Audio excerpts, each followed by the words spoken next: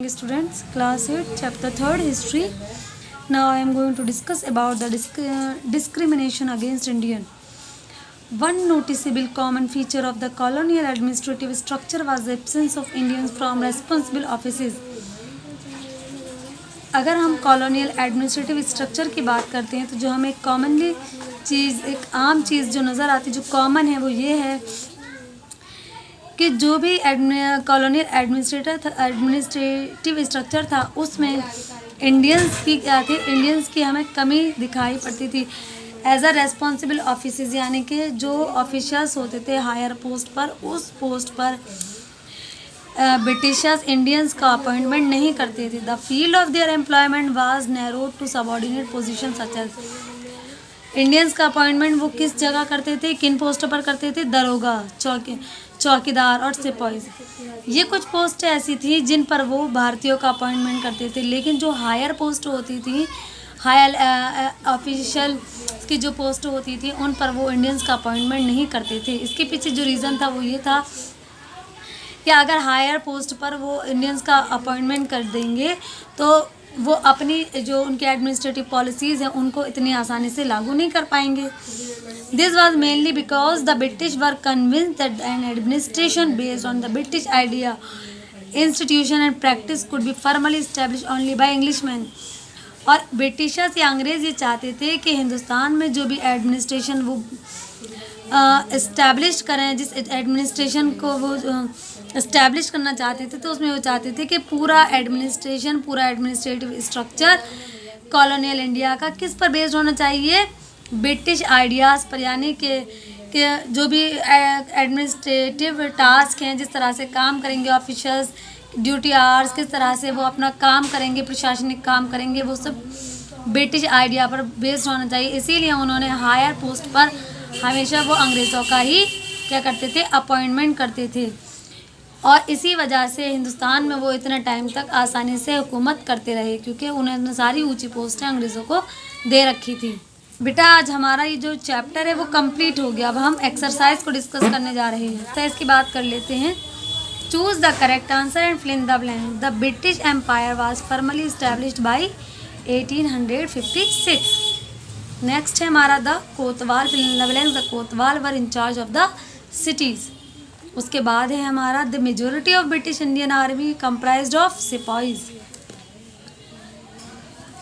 Next बेटा हमारा a charter is a grant from the sovereign giving right and the privilege to an individual और corporation. देखिए, आपको बेटा एक्सरसाइज बुक पर करनी है और क्वेश्चन आंसर कॉपी पर. Before the Charter Act of 1833 the East India Company had a monopoly in tea trade in India and China. आपकी उसके बाद में है matching. Regulating Act 1773, Pitt's India Act 1784, Charter Act 1833 to 1853, Bengal Regulation Act 1793. fill in the blanks. The fill in the blank failed to check the corruption in the rank of the East India Company regulating act. The Supreme Court was set up in the Calcutta. The British India Act provided for a board of control in Britain. The East India Company lost its monopoly trading privilege in tea. The districts of division were under the charge of darogas. Next बेटा हमारा true false. State whether true और false. आपको true false करने हैं, false statement को correct नहीं करना.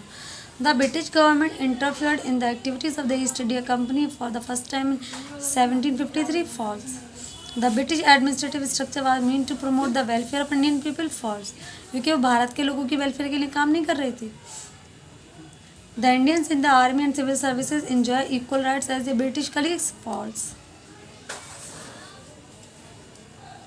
The colonial police for enjoyed popular support of the native population. False, because the police faced a number of challenges, not support.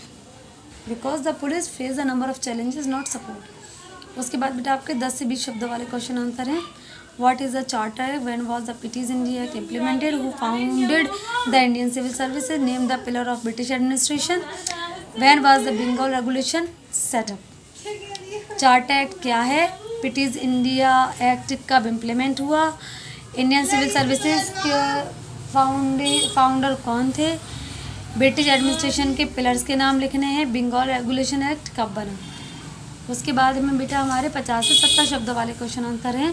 पहला question है हमारा, why did the British parliament pass the regulating act of 1773। British parliament ने 1773 का regulating act क्यों पास किया।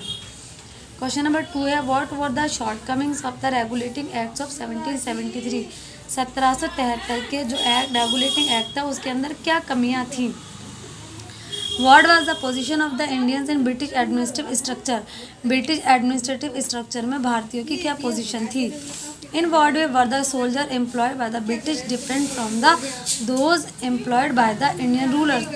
किस तरह से जो सोल्जर्स थे ब्रिटिश जो भी सोल्जर्स काम करते थे और ब्रिटिश के जो सोल्जर्स थे इंडियन रूलर्स से किस तरह से वो क्या थे, डिफरेंट थे। उसके बाद में आपके 100 से 80 शब्दों के क्वेश्चन आंसर हैं। What were the important aspect of the British India act. कि किस तरह से जो ब्रिटिश इंडिया एक्ट थे उसके क्या इंपॉर्टेंट एस्पेक्ट हैं और कॉलोनियल एडमिनिस्ट्रेटिव स्ट्रक्चर के 4 पिलर्स पर डिपेंड था, उनके बारे में डिटेल में लिखना है। और वो 4 पिलर्स कौन कौन से हैं, civil service, army, police and judiciary. तो इन चारों के बारे में आपको डिटेल में लिखना है। आज आपका ये चैप्टर कंप्लीट हो गया। आपको क्वेश्चन आंसर बेटा अपने कॉपी पर करने हैं और एक्सरसाइज आपको अपनी बुक पर करनी है। आपको PDF भेज दी जाएगी। ठीक है, थैंक यू वेरी मच।